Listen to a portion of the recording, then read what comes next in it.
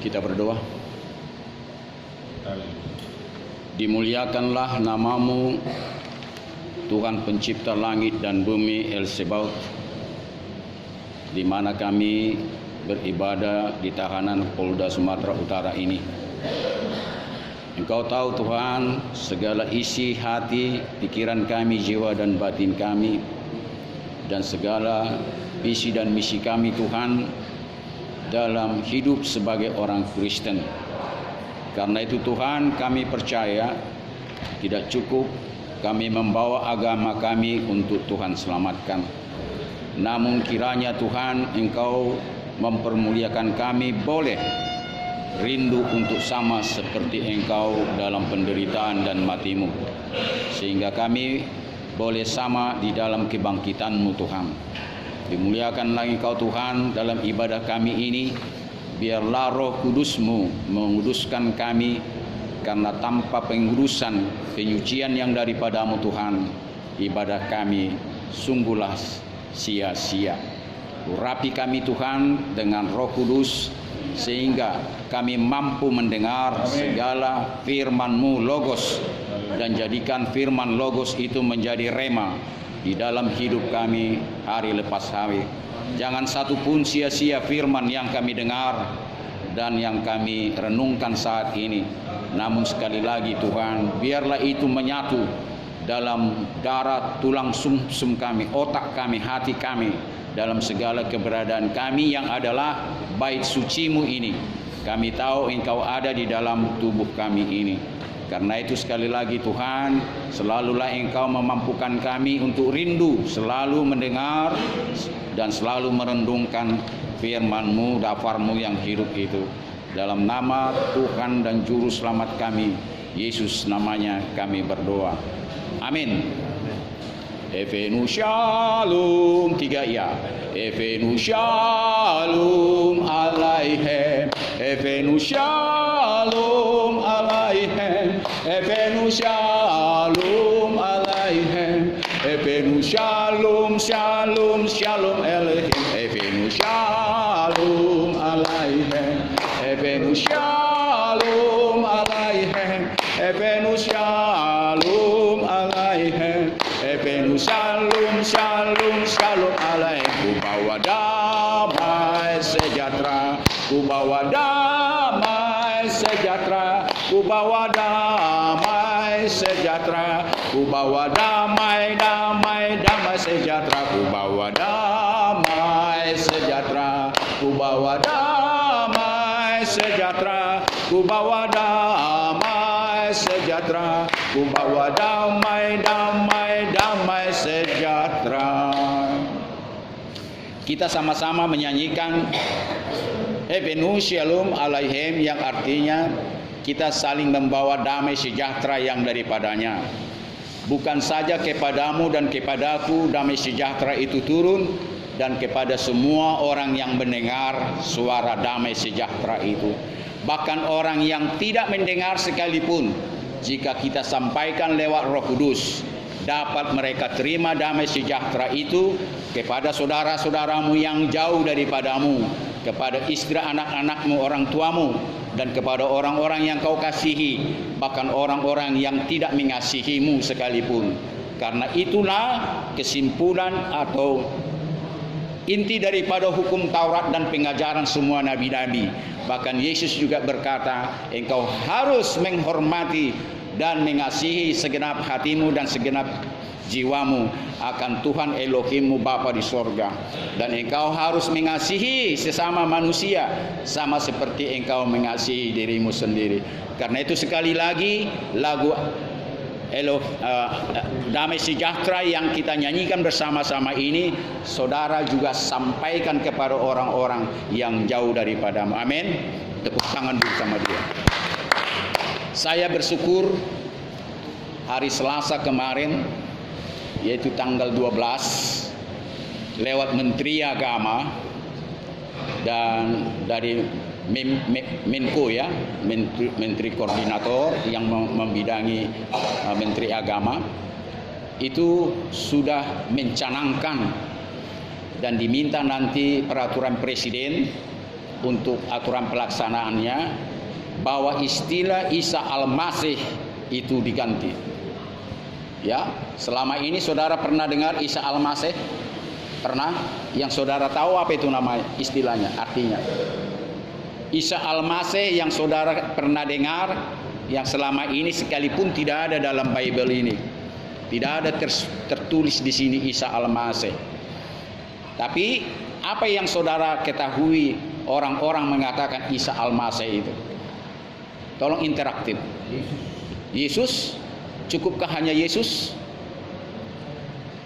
Itu ada dua kata, Isa dan Al-Masih. Kita interaktif. Tidak hanya Yesus di situ. Yang selama ini kita tahu ada banyak orang-orang mengatakan Isa Al-Masih, sehingga ada di kalender itu ya memperingati kelahiran Isa Al-Masih dan memperingati kematian Isa Al-Masih, dan yang ketiga memperingati kenaikan Isa Al-Masih. Ada 3 kalender kita ini resmi hari merah. Nah, sekarang pertanyaan, apa itu artinya yang selama ini saudara ketahui Isa Al-Masih? Dari Bapak Pardede katakan tadi Yesus. Nah, itu masih satu kata. Kata yang kedua, Al-Masih itu apa?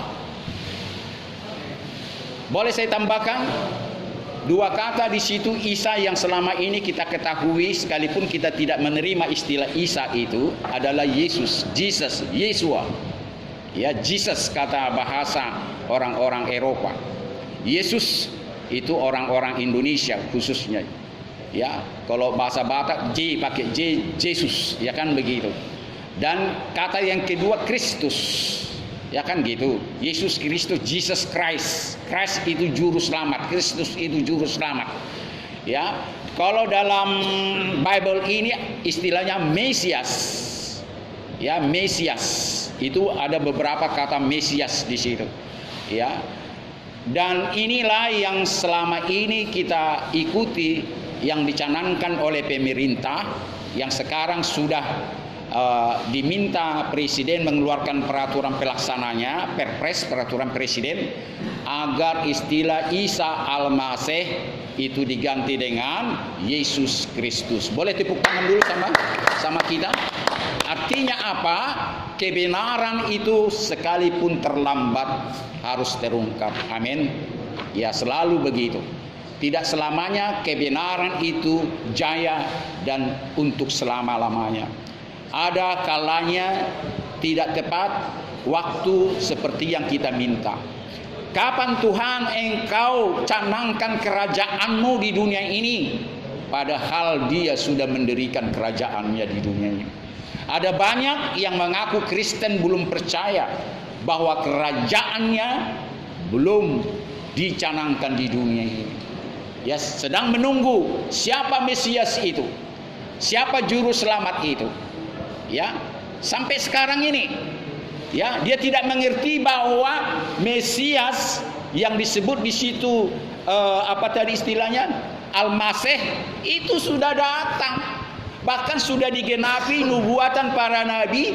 Dia dalam kehinaan lahir, dan dia akan lahir di Yerusalem, di kota Nazaret. Sebelum dia lahir sudah dinubuatkan para nabi. Ya, yang paling suka saya ingat, banyak itu tertulis di Perjanjian Lama, tetapi Yesaya 57 itu paling enak saya membaca itu. Di situ tertulis di mana dia lahir, bahkan lambungnya ditusuk pun sudah ada di situ. Bayangkan belum lahir pun lambungnya sudah ditusuk di situ. Termasuk itu di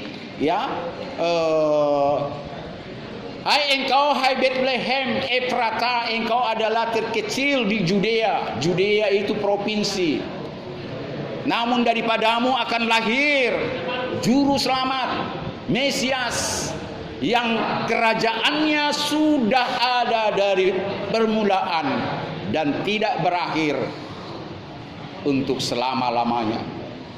Jadi saya mau katakan, sebelum dia lahir pun kerajaannya sudah ada di bumi dan di sorga. Nah, yang saya mau katakan kembali kepada siapa sesungguhnya Isa Al-Masih yang banyak menyebut menggantikan nama Yesus Kristus. Karena sudah dimintakan dari gereja Katolik dan gereja Protestan ya Indonesia agar istilah Isa Al-Masih tidak sesuai dengan iman Kristiani kita, tidak sesuai dengan pengajaran yang kita ada di dalam kitab suci.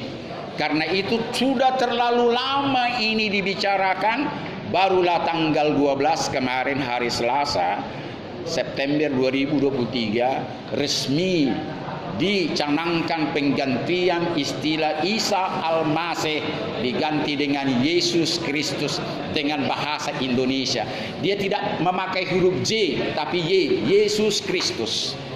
Jadi artinya kita yang hidup di negara Indonesia ini, sekalipun memang kalau kita buka dalam kitab Bible dalam bahasa Ibrani katakan itu bukan disebut di situ Yesus Kristus ya, Yeshua HaMashiach, Yeshua HaMashiach. Tapi di bahasa Indonesia istilah HaMashiach diganti dengan Kristus. Tinggal kita bagaimana saudara menyikapinya. Jangan menjadi perpecahan sementara orang fanatik harus mengatakan Yeshua HaMashiach, sementara ada yang mengatakan terkadang Yeshua HaMashiach, terkadang juga Jesus Christ, terkadang juga Yesus Kristus. Tinggal persoalannya jangan ini menjadi perpecahan. Kalau kita pun sudah terjadi perpecahan dalam menjalankan ibadat Kristiani, bagaimana pemerintah akan bingung nantinya. Sekali lagi saya mau katakan, jadi kembalikanlah kepada iman Kristianimu. Engkau memanggil apa dia? Ya, apakah saudara harus mempertahankan Yeshua HaMashiach yang artinya Yesus Kristus, Jesus Christ, atau memanggil Yesus Kristus saja atau Jesus Christ dan sebagainya? Kalau saudara tanya kepada saya dengan bahasa apapun, saya sanggup mengatakan, tinggal batin dan jiwa saya, roh saya arahkan kepada dia yang lahir di kota Nazaret, dia yang lahir yang sudah dibuatkan para nabi sesuai dengan kitab Yesaya 57 ya, dan kitab nabi-nabi banyak sekali yang mengatakan dia akan lahir. Saya arahkan kepada dia. Soal nama jangan menjadi persoalan sampai sekarang ini banyak gereja-gereja fanatik dengan agama tertentu, dengan nama tertentu. Ini menjadi pelajaran. Sekarang tanggal 12, saya ulangi lagi, 12 September 2023. Sudah resmi Menteri Agama dan Menko mencabut istilah Isa Al-Masih menjadi diganti dengan Yesus Kristus. Sehingga nanti kalender tahun depan tidak ditulis lagi Isa Al-Masih. Yang ditulis nanti di situ hari besar agama Kristen adalah Yesus Kristus. Ini suatu hal yang kita syukuri. Kalau kita berangkat dengan denominasi yang sangat berbeda-beda, kita tidak akan pernah jumpa satu beribadah. Jadi kalau saya ditanyakan, saya tidak mau terlibat dalam percekcokan yang sia-sia. Kalau Rasul Paulus mengatakan apa? Memang segala sesuatunya adalah benar, tapi tidak semua yang benar itu membangun. Kita cari yang membangunlah. Betul, saudara mempertahankan satu nama sama dia, namun membangunkah saudara kepada jemaatmu dan kepada orang? Kita pertanyakan pelayanan kita, apalagi kita di sini lebih banyak hamba-hamba Tuhan. Ya, kalau kesaksian saya mencari kebenaran yang membangun. Sekalipun ada kebenaran tidak membangun, saya singkirkan itu. Maka daripada itu saya sering membawa simbol okumene. Simbol okumene artinya saya tidak pernah membawa sekte. Saya tidak mau membawa pengajaran-pengajaran tertentu yang mematikan iman seseorang. Sedangkan Yesus sendiri, boleh nanti baca itu di Matius. Yesus sendiri yang adalah Mesias dikatakan jangan katakan aku Mesias. Tolong buka Matius. Matius 16 ayat 20. Mari kita baca. Matius 16 ayat 20. Demikian firman Tuhan. Saya baca. Kepadamu akan kuberikan kunci ke dalam surga. Apapun yang kau ikat di bumi akan terikat di surga, dan apapun yang kau lepaskan di bumi akan terlepas di surga. Ayat 20, 16, Lalu 20. Yesus memerintahkan murid-muridnya. Matius 16, Iya, 16 ini, Pak. ayat 20-nya khususnya. Oh, 20 ya. Lalu Yesus memerintahkan murid-muridnya Lalu Yesus memerintahkan kepada murid-muridnya semuanya supaya tidak memberitahukan kepada siapapun manusia bahwa ia Mesias. bahwa ialah Yesus, dia sendirilah Mesias itu. Nah, ini luar biasa saudara. Ya, jadi ada banyak perdebatan. Yesus tidak pernah mengatakan dia adalah Tuhan atau juru selamat. Ya. Ada saatnya dia mengatakan itu. Tidak selamanya dia tidak mengatakan itu. Dan terkadang dia mengatakan pada tempat yang tepat adalah bahwa dialah pencipta langit dan bumi. Bahwa dia sudah ada dari masa yang tidak pernah berawal. Dan dia tidak akan pernah berakhir. Dia tidak pernah berawal dan tidak pernah berakhir. Bahwa dia sudah ada sebelum dia lahir di kota Nazaret. Bagi orang yang beriman, yang dikaruniai hikmat dan pengertianlah bisa mengerti bagaimana dia bisa tahu sedangkan dia belum lahir. Ada banyak. Ya, saya mau bicara satu hal lagi, bahwa kematiannya pun dia sudah tahu. Makanya dia berdoa di Getsemani, di taman itu. Harinya, waktunya sudah dekat. Murid-muridnya tidak mengerti bahwa memang manusia Yesus tahu bahwa kejadiannya akan terjadi. Disinilah terbukti bahwa dialah pencipta langit dan bumi itu. Dan dia akan melaksanakan janji-janji yang datang kepada dia harus menderita dan mati. Karena untuk inilah dia menjadi Mesias. Ya, untuk inilah dia menjadi juru selamat. Dia sudah dipersiapkan dan dia mau melakukan itu. Sekalipun dalam detik-detik terakhir dia katakan, "Ya Bapa, kalau boleh, lalulah kiranya kejadian ini. Janganlah terjadi cawan ini, janganlah terjadi penderitaan ini kepada aku. Tetapi bukan kehendakku Bapa, melainkan kehendakmu." Saya mau katakan secara manusia dia sudah tahu menderita sakitnya. Dia sudah tahu akan dicambuk dan membawa salib yang begitu besar ke Golgota. Dia sudah tahu itu. Dan dia sudah tahu akan haus dan dikasih anggur asam. Dia sudah tahu akan diberikan mahkota duri. Dan dia sudah tahu lambungnya akan ditusuk. Dan dia sudah tahu akan mati 3 hari. Dan dia sudah tahu akan dibangkitkan oleh Bapa di sorga, bukan dirinya sendiri, selama 3 hari. Dan dia sudah tahu dia akan naik kembali ke sorga. Dan dia pun sudah tahu akan datang dalam rupa Roh Kudus. Jadi semua ini secara ketuhanan yang ada padanya, dia tahu semua yang akan terjadi kepada dia sebagai juru selamat. Jadi saya mau katakan inti daripada apa yang saya sampaikan ini, kita bersyukur bahwa Yesus sendiri merendahkan dirinya dan dia tidak mengatakan berkauk-kauk kepada banyak orang, "Akulah Mesias." Dan Yohanes Pembaptis dulunya sempat diduga orang dialah Mesias yang ditunggu-tunggu itu. Dan Yohanes Pembaptis saudara sepupunya juga mengatakan, "Bukan aku yang datang itu, dia akan datang. Bukan aku itu, dia yang datang. Membuka tali kasutnya pun aku tidak berhak, apalagi mengatakan akulah Mesias itu." Jadi saudaraku, pengertian Mesias juru selamat itu adalah diberikan kepada manusia yang namanya Yesus. Itulah anak Elohim, anak tunggalnya. Anak tunggalnya, tidak ada anak nomor 2, nomor 3. Kalaupun saudara dan saya disebut anak-anak Tuhan adalah itu akibat saudara dan saya dicangkokkan. Itu istilah Rasul Paulus. Kita dicangkokkan menjadi anak-anak, ya, di dalam satu pohon itu. Tapi pohon kebenaran itu adalah pohon tunggal adalah Yesus Kristus. Yesus adalah juru selamat itu. Dan yang percaya kepada dia adalah tanaman cabang-cabang yang dicangkokkan. Karena itu saudaraku, saya ingatkan, apabila saudara percaya kepada dia Tuhan dan juru selamatmu, dan engkau adalah dibaptis dan engkau memakan dagingnya dan minum darahnya, maka saudara satu tubuh dengan dia. Barulah saudara menjadi satu pohon kehidupan itu. Saudara ranting-rantingnya, pokoknya pohonnya ini, batangnya itu adalah Yesus Tuhan kita. Jadi saya perjelas apa arti juru selamat yang disebut banyak orang, yaitu Al-Masih.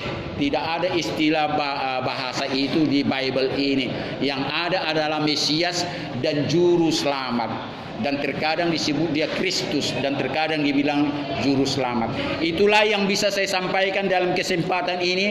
Ingatlah, hanya Matius 16:20 ini, dia sendiri sebetulnya terkadang menyembunyikan rahasia dirinya sendiri. Saya tambahkan sedikit lagi. Khotbah saya terakhir pun, tatkala ada pesta di Kana, ini satu bukti dia merendahkan diri. Dia tidak sesumbar, dia tidak terburu-buru menyaksikan siapa dirinya. Waktu itu anggur sudah habis, tetapi ibunya Maria sangat peka. Dikatakanlah kepada Yesus, "Hai anakku, lihatlah para tamu sudah banyak datang dan mereka tidak kebagian anggur lagi. Lakukanlah sesuatu anakku, kasihan pemilik pesta," katanya. Saudara ingat apa jawaban daripada anaknya Yesus Kristus? "Belum saatnya ibu, bunda, belum saatnya." Tetapi semakin lama dia jatuh hati, artinya luluhlah hatinya melihat para tamu ini masih banyak sekali berdatangan. Dilakukanlah mujizat pada saat itu. Dia tahu apa yang akan diperbuatnya. Istilah semua air-air dalam gentong-gentong yang kosong ini, bekas anggur-anggur yang sudah habis. Semua orang mengisi anggur apa itu dengan air. Baru dia hanya berdoa, "Ya Bapa, jadikan ini anggur yang baik." Terjadilah anggur mujizat yang pertama dilakukan, dan setelah itu dia akan melakukan mujizat demi mujizat, mujizat demi mujizat. Dan ini mau saya katakan apa? Bahwa Yesus tahu siapa dirinya. Tahu siapa dirinya. Dia memang manusia yang menjadi Kristus, dan dia pun tahu bahwa dia pencipta langit dan bumi itu. Sekalipun dia berkomunikasi, "Ya Bapa, ya Aba, ya Bapa," dia itu sebagai Kristus dia berbicara. Dan inilah kepada kita kesaksian Yesus bahwa kita harus merendahkan diri. Kalau dia bisa merendahkan diri, anak-anak Tuhan harus sama seperti dia. Apalagi kita hamba-hamba Tuhan ini banyak tidak meneladani sikap bagaimana merendahkan diri. Terkadang kita overacting, ya, saya tidak sebut, dan terkadang saya pun mungkin saya tidak sadari bahwa seolah-olah saya sudah sempurna, saya sudah tercukupi karunia-karunia dan sebagainya. Namun sebetulnya kita belum ada apa-apanya. Kita hanyalah pesuruhnya, kita hanyalah orang yang dipercayakan untuk memberitakan keselamatan bagi semua bangsa dan melakukan apa yang dikatakan, membaptis mereka dalam nama Bapa, Anak dan Roh Kudus, dan mengajarkan segala apa yang sudah pernah diajarkan dia kepada kita. Dan dia berjanji bahwa dia selalu menyertai kita sampai akhir zaman. Inilah yang bisa saya sampaikan, saya buktikan bahwa kebenaran itu akan terungkap sekalipun terlambat. Saya tambahkan sedikit lagi. Terkadang masih banyak sebetulnya istilah-istilah dalam Bible ini, dan termasuk istilah Alkitab. Secara pribadi saya tidak mau memakai Alkitab. Kalau pengertian Alkitab ini adalah kumpulan kitab-kitab, ya, saya lebih suka memakai Holy Bible. Jadi kembali laptopmu kawan masing-masing. Saya hubungkan ke sini.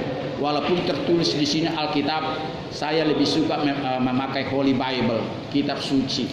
Suci hanya di dalam Kristuslah ada kesucian.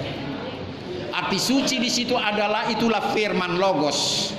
Ya, hanya logos dan firmanlah yang suci. Di luar logos atau firman itu semua kotor, penuh dengan dosa. Termasuk tubuh manusia ini. Di luar Tuhan sudah membuat engkau satu tubuh dengan dia, manusia semua kotor. Namun kalau manusia sudah satu tubuh dengan dia, saudara dan saya disucikan. Saudara mampu mengakui segala dosa-dosamu. Saudara mampu mengampuni orang yang bersalah kepadamu. Saudara mampu memberkati orang yang bersalah kepadamu. Dan banyak hal seperti apa yang dilakukan oleh Yesus sebagai juru selamatmu. Inilah kunci orang yang beragama. Ya, jadilah saudara menjadi orang Kristen, bukan beragama Kristen. Ini sebetulnya keadaan terpaksa saya mengaku beragama Kristen, karena di KTP harus ada istilah agama. Di negara-negara lain tidak ada ditulis di situ agamamu apa. Tetapi karena kita menuruti apa yang dicanangkan pemerintah, saudara mencantumkan agama Kristen. Saya lebih suka disebut orang Kristen. Itu dulu yang saya sampaikan. Berbahagialah firman yang sudah disampaikan kepada kita. Kiranya logos ini menjadi rema, artinya boleh menyatu dan kita boleh melakukan apa yang sudah tersampaikan kepada kita. Amin. Tepuk tangan buat dia. Terima kasih. Saya akan